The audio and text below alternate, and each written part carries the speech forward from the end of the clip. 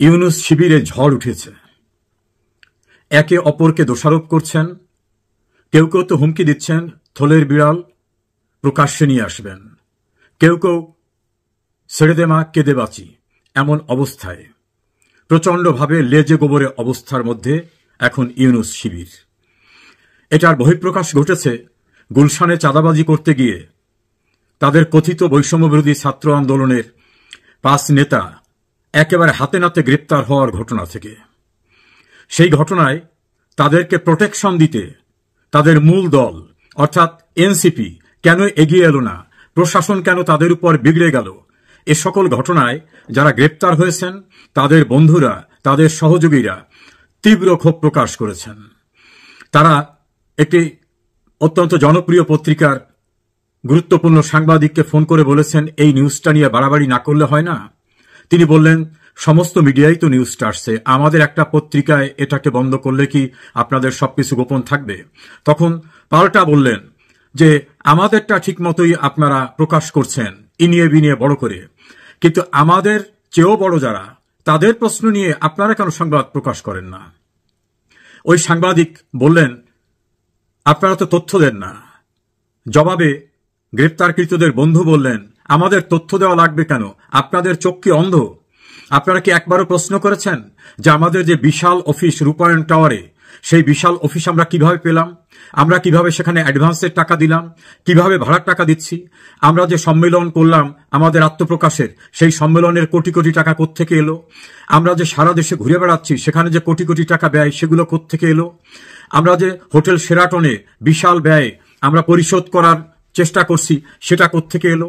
আমাদের যে বড় বড় গাড়িতে আমাদের নেতারা চড়ছেন, এই গাড়িগুলো কোত্থেকে এলো? যে সকল নেতারা প্লাস্টিকের রেসপন্স করতেন, যারা মেসে থাকতেন, কোচিং সেন্টারে টিউটর হিসাবে পড়াতেন, তাদের যে এই বিশাল আয়োজন, এগুলো কোত্থেকে এলো? সে প্রশ্ন কি আপনারা করেছেন? নাকি আমাদের ছোট পেয়েছেন এই জন্য আমাদেরকেই ঘেরাও করে আপনারা সংবাদ পরিবেশন করছেন? এক পর্যায়ে আলাপ আলোচনার মাঝখানে উত্তেজিত হয়ে বললেন, আমরা যদি রক্ষা না পাই, আমাদের যদি এভাবে গ্রেপ্তার হতে হয়, তাহলে আমাদের দিয়ে যে বড় বড় অ্যামাউন্টের টাকা আনানো হয়েছে, আমাদের দিয়ে যে বিভিন্ন বড় বড় প্রতিষ্ঠানকে, কোম্পানিকে ভয়ভীতি দেখানো হয়েছে, অনেক রাজনৈতিক নেতাদেরকে হুমকি দিয়ে সেখান থেকে যে অর্থবিত্ত আনা হয়েছে, আমরা কিন্তু সব ফাঁস করে দেব। পত্রিকার সাংবাদিক বললেন যে এটা তো আমাদের বিষয় না। পাল্টা হুমকি দিয়ে বললেন, আপনারা প্রকাশ করবেন, না হলে আপনাদের অনেক পত্রিকা হাউস কিভাবে অনৈতিক সমঝোতা করেছেন সে ঘটনাও কিন্তু আমরা প্রকাশ করে দেব। অনেক সংবাদ আপনারা প্রকাশ করেন না কেন? এমনকি হত্যাকাণ্ডের সংবাদ প্রকাশ করেন না। জবাবে সাংবাদিক নাকি বললেন যে আমরা তো অনেক সংবাদকেই হত্যা করছি আপনাদের স্বার্থে, তা আমাদের সঙ্গে এসব করে লাভ কি? জবাবে উত্তেজিত হয়ে বিভিন্ন রকম গালিগালাজ করে ফোন ছেড়ে দিলেন। ওই সাংবাদিক তার বিশ্বস্ত একাধিক জায়গায় কথা বলেছেন, আমিও তাদের সঙ্গে কথা বলার সুযোগ হয়েছে। আমার কাছে সবকিছু প্রকাশ করতে চাননি, তবে ঘটনা যে সত্য এটা অস্বীকার করেননি।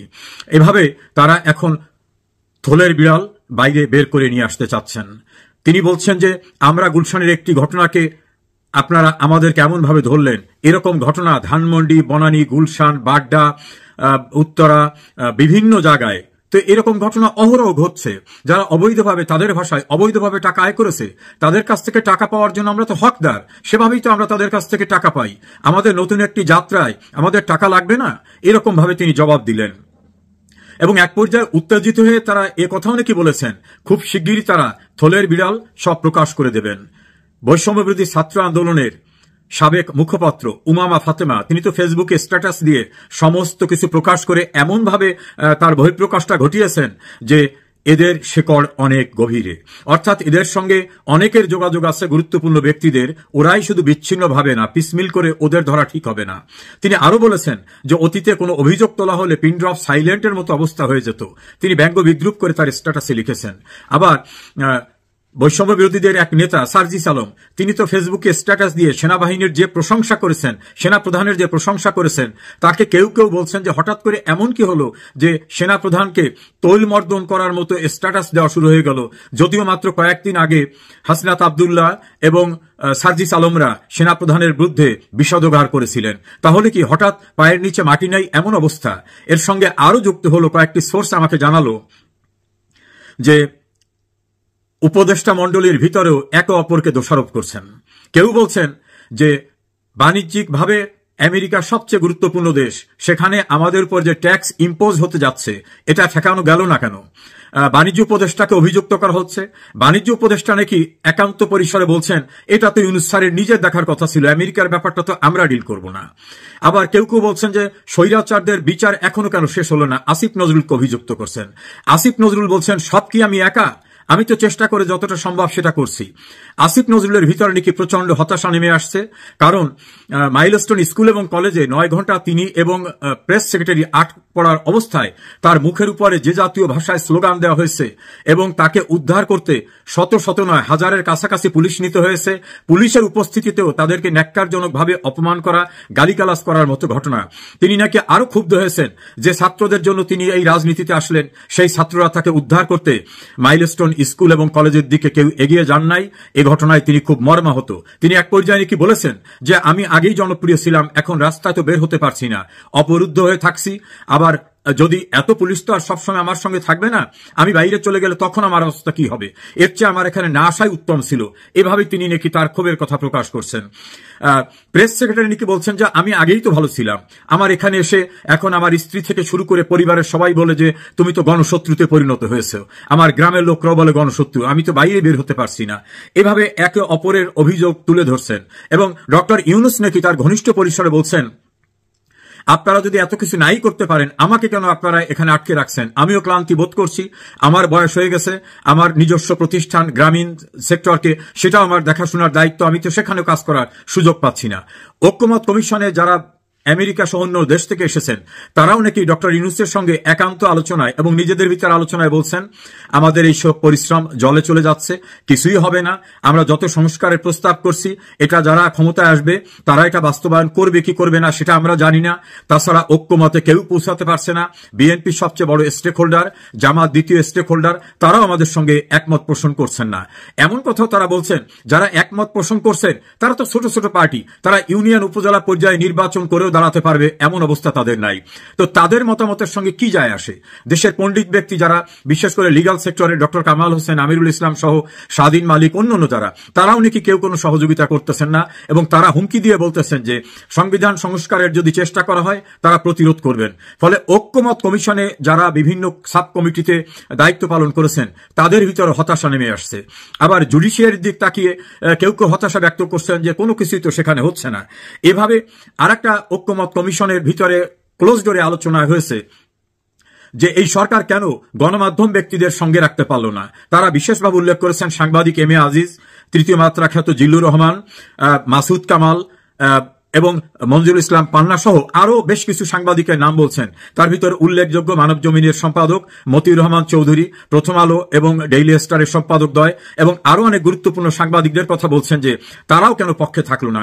কেউ কেউ অভিযুক্ত করছেন এই সরকার আমলে বিভিন্ন দূতাবাসে যাদের প্রেস মিনিস্টার নিয়োগ করা হয়েছে সেই সব জায়গায় যাদের নিয়োগ করা হয়েছে তারা কি সার্ভিসটা দিচ্ছেন? তারাও তো কোনো আমাদের কোনো ফ্রুটফুল রেজাল্ট দিতে পারছেন না। তাহলে দেশের ভিতরে যারা আছেন, মোস্তফা ফিরোজ, তিনি তীব্র আওয়ামী বিরোধী, তিনিও খুব জোরালো কণ্ঠে এই সরকারের সমালোচনা করছেন এবং আজকে তিনি তার একটা ভিউজে বলছেন যে 100 জন সাধারণ মানুষকে জিজ্ঞাসা করা হলেও এই 100 জনই বলবে জুলাই অভ্যুত্থানের ছাত্র নেতাদের ভাবমূর্তি শেষ হয়ে গেছে, এদের পক্ষে কেউ নাই এবং এরা যা করছে তাদের পক্ষে থাকার মতো অবস্থা নেই। এভাবে তারা কথা বলছেন এবং ইউনূস সাহেব যে ক্লান্ত, তিনি এটাকে ছেড়ে চলে যেতে চাচ্ছেন, এ বিষয়টা একাধিক উপদেষ্টা বলেছেন। অন্তত 5 জন উপদেষ্টা বলেছেন যে আমাদেরকে এখান থেকে রিলিজ করা হোক, যেটা ইউনূস সাহেব অতীতে বলেছিলেন যে আমার বেশ কয়েকজন কলিগ তারা বলছেন যে আমাদের পোষাচ্ছে না, আমরা চলে যেতে চাই। এর ভিতরে একজনকে শিক্ষা উপদেষ্টা তিনি বিদায় নিয়েছেন। নির্বাচন কমিশনের দায়িত্বে যারা আছেন তাদের ভিতর 3 জন কমিশনারের পারিবারিক সূত্র অত্যন্ত ঘনিষ্ঠ পরিবেশকে জানিয়েছেন যে কেম নুরুল হুদার যে পরিণতি হয়েছিল এই পরিণতি আমাদের জন্য হতে পারে, আমরা এখানে দায়িত্ব পালন করতে চাচ্ছি না। তারা কি অজুহাতে সরে যাবেন এজন্য তারা পথ খুলছেন। এমনকি চিফ ইলেকশন কমিশনারের অত্যন্ত ঘনিষ্ঠ একটি সূত্র জানিয়েছে যে তিনি যতই বলুন না কেন আমি ভয় পাচ্ছি না, আমি ভয় পাচ্ছি না, বারবার এই ভয় পাচ্ছি না বলার ভিতর থেকে প্রকাশ হচ্ছে যে আসলে তিনিও ভয় পেয়ে যাচ্ছেন। দুর্নীতি দমন কমিশনে যারা দায়িত্ব পালন করছেন তাদেরকে তড়িঘড়ি করে শেখ হাসিনা, তার পরিবার এবং তাদের ঘনিষ্ঠজনদের বিরুদ্ধে একের পর এক মামলা দিতে বলা হয়েছে। এমনকি মামলার প্রাথমিক যে অনুসন্ধান, সেই অনুসন্ধানে উল্লেখযোগ্য কোনো ম্যাটেরিয়াল না পাওয়া সত্ত্বেও মামলা করতে বলা হয়েছে। বাংলাদেশের সমস্ত জেলার আওয়ামী লীগ এবং আওয়ামী লীগের সহযোগী সংগঠনের নেতাদের বিরুদ্ধে মামলা করতে প্রচন্ড চাপ সৃষ্টি করা হচ্ছে। এখন এফআইআর করতে গিয়ে কিছু কথা তো বলতে হবে যে এই তথ্যপত্র পাওয়া গেছে, যার ফলে তাদের বিরুদ্ধে মামলা করলাম। সেই তথ্যপত্র সংগ্রহ করার জন্য সে সময়টাও তাদের দেয়া হচ্ছে না। ফলে একাধিক কমিশনার তাদের পারিবারিক ঘনিষ্ঠ সূত্রকে বলছেন যে কোথায় এসে পড়লাম, আমরা তো এখান থেকে সরেও যেতে পারছি না, অথচ মামলা নিতে প্রেসার করা হচ্ছে। এই রকম পরিস্থিতির ভিতরে প্রচন্ডভাবে ইউনূস শিবিরে প্রচন্ডভাবে হতাশা নেমে আসছে এবং একে অপরকে অভিযুক্ত করছেন যে অভিযোগের কারণে ইউনূস সম্মিলিতভাবে কোনো সাফল্য তো নেই, ব্যর্থতা নিয়ে কিভাবে বিদায় নেবেন সে বিষয়টা নিয়েও নাকি তিনি অত্যন্ত ক্লোজ ডোরে তার পারিবারিক এবং তার গ্রামীণ ব্যাংক সিন্ডিকেটের সঙ্গে যারা জড়িত এবং তার বিদেশি বন্ধুদের সঙ্গে নাকি আলাপ আলোচনা করছেন যে কিভাবে তিনি একটা সেফ এক্সিটে চলে যেতে পারেন। অন্যদিকে তাকে নির্বাচন যে কোনো মূল্যে করে চলে যেতে হবে, এভাবে চাপ সৃষ্টি করা হচ্ছে। আবার জামাত ইসলামী এবং এনসিপি সহ এই ঘরানার যারা, তারা বলছেন যে কোনোভাবেই আপনি নির্বাচন দিতে যাবেন না, কারণ আমরা এখনো গুছিয়ে উঠতে পারিনি। ইউনূস অসতর্ক অবস্থায় বিদেশে এক সাংবাদিককে বলেই ফেলছিলেন যে আমার নিয়োগকর্তা যারা ছাত্ররা, তারা তো একটা দল করেছে, তাদের গুছিয়ে উঠতে প্রতিটি জেলায় জেলায় কাজ করতে তো আমার সময় দিতে হবে। এবং সেই সময় দিতে গিয়ে তিনি চরম বিতর্কে পড়েছেন। অর্থাৎ তাদের যে একটা প্রচন্ড জনপ্রিয়তা ছিল, এরকম একটা ধারণা ইউনূসের কাছে ছিল। এখন তিনি দেখছেন যে সাজোয়া যান আর্মির, বিজিবি, র্যাব, পুলিশ, সরকারি প্রতিষ্ঠানকে কাজে লাগানো, হোটেলকে রিজার্ভ করে দেওয়া, এমনকি বিদ্যুৎ উৎপাদনকারী প্রতিষ্ঠানকে সমস্ত বিদ্যুৎ তাদের সমাবেশে দেওয়ার কথা, স্কুলকে ছুটি দেওয়ানো, বিভিন্নভাবে তিনি এদেরকে প্রোভাইড করার যে চেষ্টা করছেন, তারপরেও কোনো সাড়া আসছে না। গোপালগঞ্জে প্রচন্ড প্রতিরোধের মুখে পড়া, কক্সবাজারের চকরিয়ায় সেখানে ভয়ঙ্কর অবস্থার ভিতরে পড়া, গাজীপুরে হাসনাত আবদুল্লাহ আহত হওয়া, চট্টগ্রামে মঞ্চে বোতল ছুঁড়ে মারার মতো ঘটনা, বিভিন্নভাবে তাদের সঙ্গে আর যে কেউ আসছেন না এবং ছাত্র যে উত্তাল ক্ষোভ, সেই ক্ষোভের মুখোমুখি হতে ওই সময়ের আন্দোলনের যে সার্জিস, আসিফ মাহমুদ, সজীব ভুইয়া, হাসনাত আবদুল্লাহরা সেখানেও যেতে সাহস পাচ্ছেন না। অর্থাৎ তাদের চেয়েও অনেক বেশি ছাত্ররা সুসংগঠিত হয়েছে এবং যাদের নিয়ে তারা আন্দোলন করেছিলেন তাদের অনেকেই তাদের শিবির ছেড়ে চলে গেছেন এবং প্রকাশ্যে তাদের সমালোচনা করছেন, যেমন উমামা ফাতেমা সহ আরো অনেকেই, চিত্র জগতের বাঁধন সহ অনেকেই তাদের ছেড়ে চলে গেছেন এবং প্রকাশ্যে তারা বিভিন্ন রকম ইন্টারভিউ দিচ্ছেন। ফলে সামগ্রিকভাবে ইউনূস শিবিরে প্রচন্ড হতাশা, তাদের ভিতরে ছেড়ে দিয়ে কিভাবে পরিত্রাণ পাবেন সে পথ তারা দেখছেন না। আবার নির্বিঘ্নে নির্বাচনও করে উঠতে পারবেন এমন অবস্থাও না। আওয়ামী লীগের সারা দেশে যে উত্তাল একটা প্রতিরোধ শুরু হয়ে গেছে, আওয়ামী লীগ শুধু না, যারা আওয়ামী লীগ করেন না তারাও অর্থনৈতিক দুরবস্থার কারণে, দেশে বেকারত্ব বেড়ে যাওয়ার কারণে, মুদ্রাস্ফীতি বেড়ে যাওয়ার কারণে সবকিছু মিলে শিল্প সেক্টরের গুরুত্বপূর্ণ ব্যক্তি একে আজাদ বলছেন 40 বছরে তিনি এমন দুরবস্থার ভিতরে পড়েন নাই। এটা তার কথাই শুধু না, ব্যবসায়ী কমিউনিটির কথা। এই রকম পরিস্থিতিতে ইউনূস শিবির এখন আতঙ্কিত, কিভাবে সেফ এক্সিট নেওয়া যাবে, না হলে আওয়ামী লীগ এবং যারা দেশে বিভিন্নভাবে ক্ষতিগ্রস্ত তাদের মুখোমুখি কিভাবে হবেন, তাদের জনসাপোর্ট কোথায়। আবার ইসলামিক দলগুলির ভিতরে ঐক্য তারা দেখছেন না। চরমোনাইয়ের ইসলামী শাসনতন্ত্র আন্দোলন বাংলাদেশ, হেফাজত, তারাও জামাতের সঙ্গে ঐক্যের চেয়ে বেশি বিরোধ সেখানে দেখা যাচ্ছে। সবকিছু মিলে লেজে গোবরে অবস্থায় ইউনূস শিবির এখন আতঙ্কের ভিতরে আছেন। যে কোনো সময় অনাকাঙ্ক্ষিত একটি ভয়ঙ্কর পরিস্থিতি দৃশ্যমান হওয়ার জন্য অনেকেই অপেক্ষা করছেন এবং অনেকেই মনে করেন যে এরা চূড়ান্তভাবে ব্যর্থ হয়ে গেছে, নতুন করে ব্যর্থতার কিছু না, এরা সেফ এক্সিট নিয়ে বেরিয়ে যেতে পারবে এমন কোনো সম্ভাবনাও নাই। এমনভাবে গণমাধ্যমে যারা গুরুত্বপূর্ণ ব্যক্তি তারাও তাদের অভিমত প্রকাশ করছেন প্রকাশ্যভাবে।